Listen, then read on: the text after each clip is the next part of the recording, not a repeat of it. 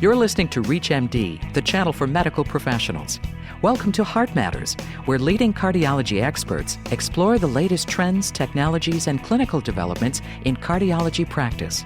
Heart Matters is produced in cooperation with the American College of Cardiology.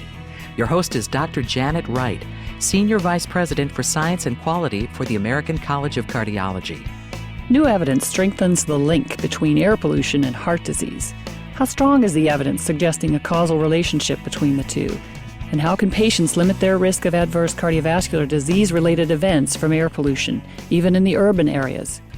Our guest today is Dr. Sidney Smith, Professor of Medicine and Director of the Center for Cardiovascular Science and Medicine at the University of North Carolina in Chapel Hill. Welcome, Dr. Smith. Thank you. Pleasure to have you today. And before we get to your recent study, I want you to lay the groundwork for us. What have we known to date about the effect of air pollution on the heart?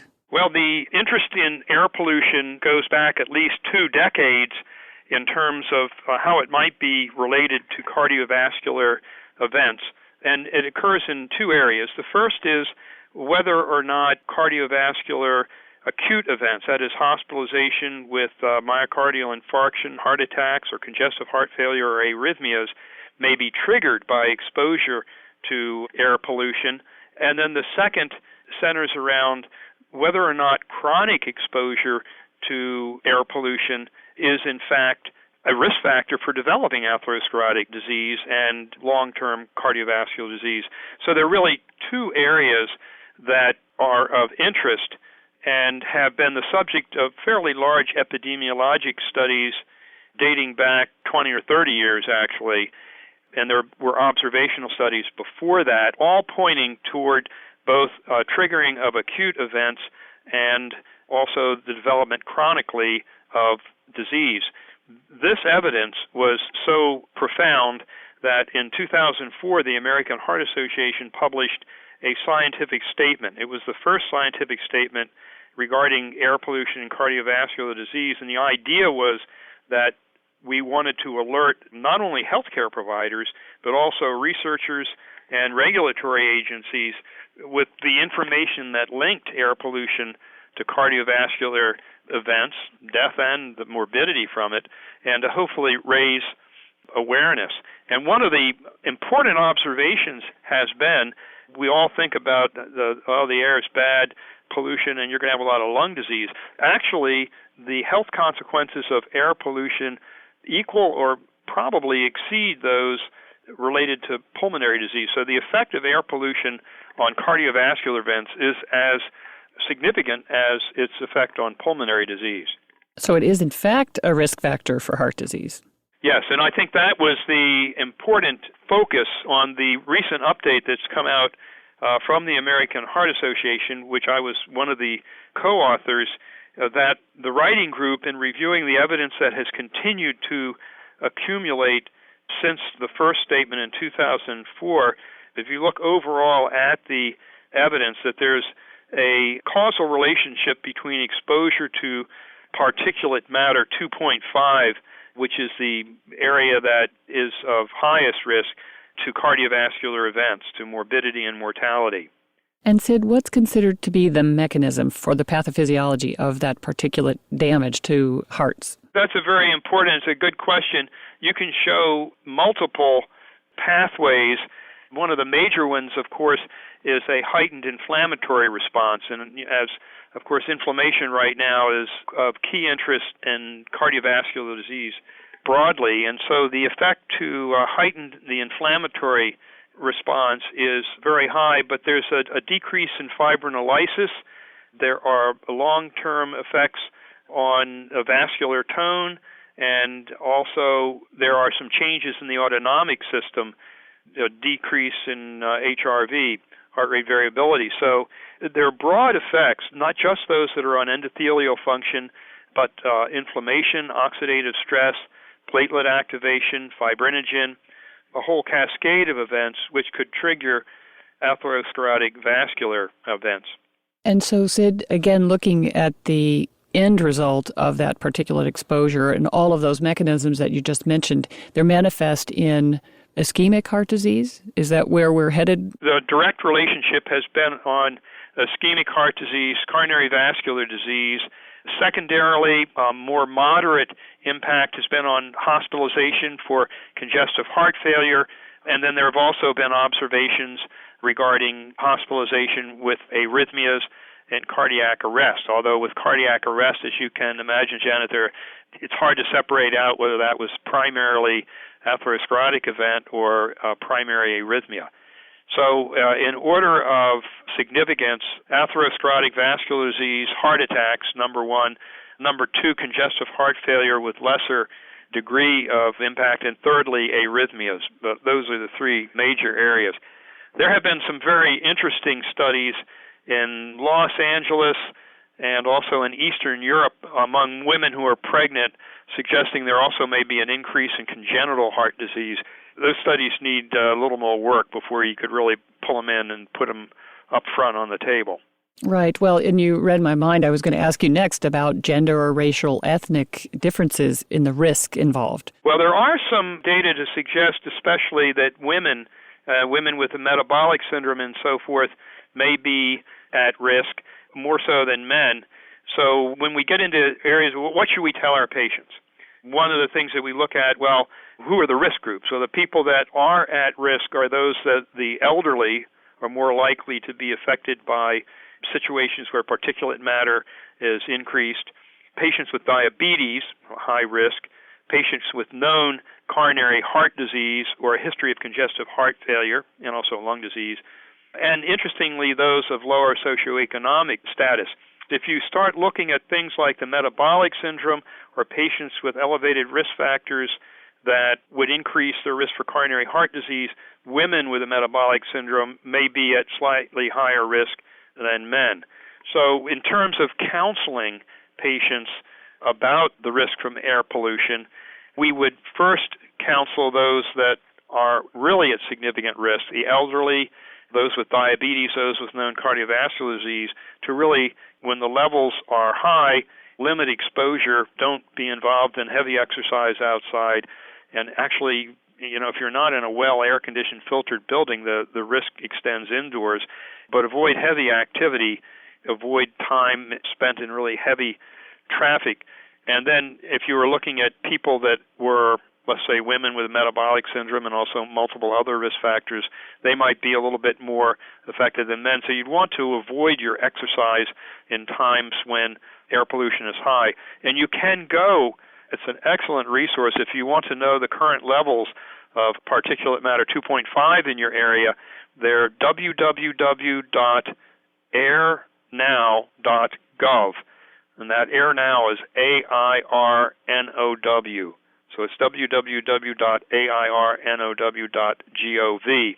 We'll tell you daily what the air pollution in your area. And of course, this statement does not deal with secondary smoke, secondhand smoke, which is also a major problem. This is looking primarily at particulate matter, which comes from motor vehicle emissions, tire fragmentation, road dust, a lot of commercial power generation, and then in developing nations, agriculture, windblown soil, pollens and moles, forest fires, volcanic emissions.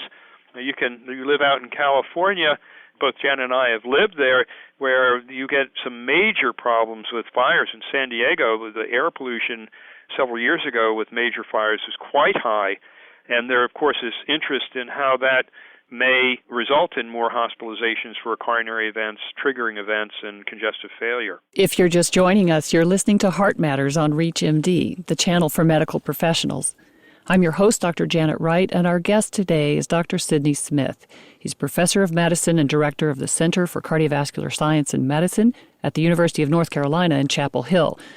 We're discussing the link between air pollution and heart disease.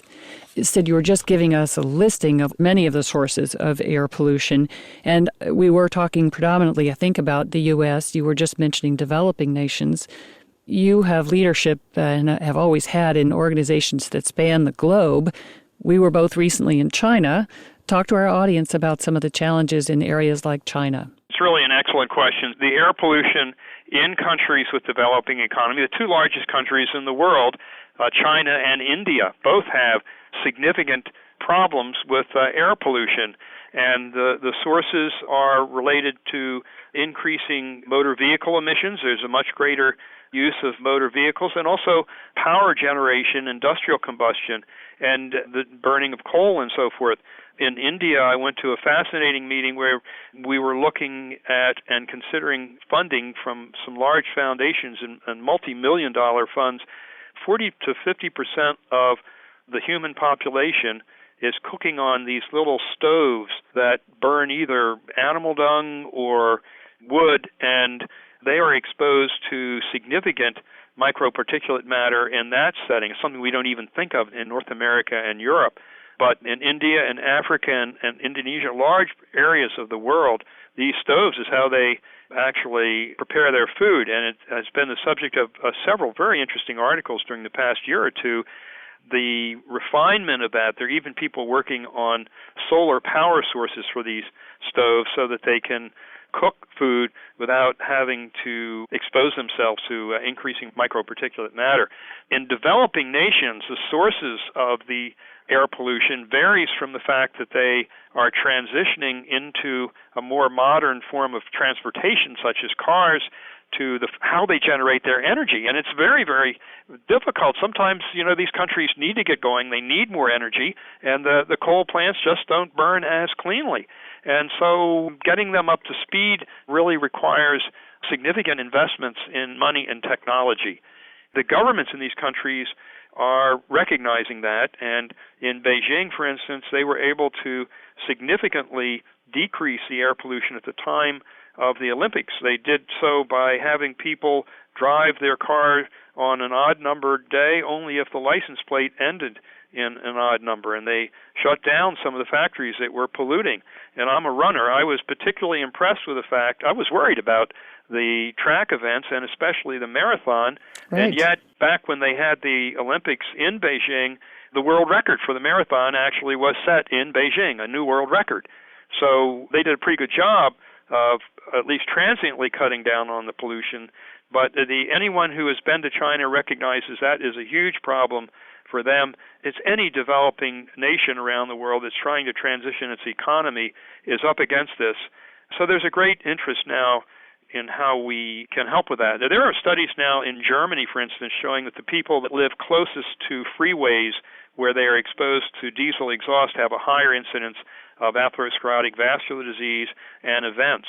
And one of the most interesting studies to me was a study that was done in Scandinavia. It's actually through a group in Stockholm where they took 20 men who had known heart disease. They'd had a myocardial infarction, and they exercised them in a room which was hooked up to the exhaust from a diesel engine. In one setting, they exercised with normal air, and then in another setting, they exercised in air which was polluted by the diesel fumes. And they actually showed a decrease in exercise capacity, increase in exercise-induced ST depression. The whole ischemic burden was increased. There was a decrease in endogenous fibrinolytic capacity in these men, reflecting the effect on coagulation. So it was quite clear that patients with known coronary disease had a significant impact on their exercise capacity, on the evidence for ischemia, and on fibrinolysis when they were exercising in air-polluted situation. Now, that's diesel fuel, and, that's often on the table as, well, here's something we can do with the whole energy crisis. This is an issue that extends well beyond Los Angeles, or one of the polluted cities in the United States. It's with us broadly as humans. We're recognizing when we admit patients with coronary disease, even though their blood pressure, cholesterol, and other factors may look good, something is going on there.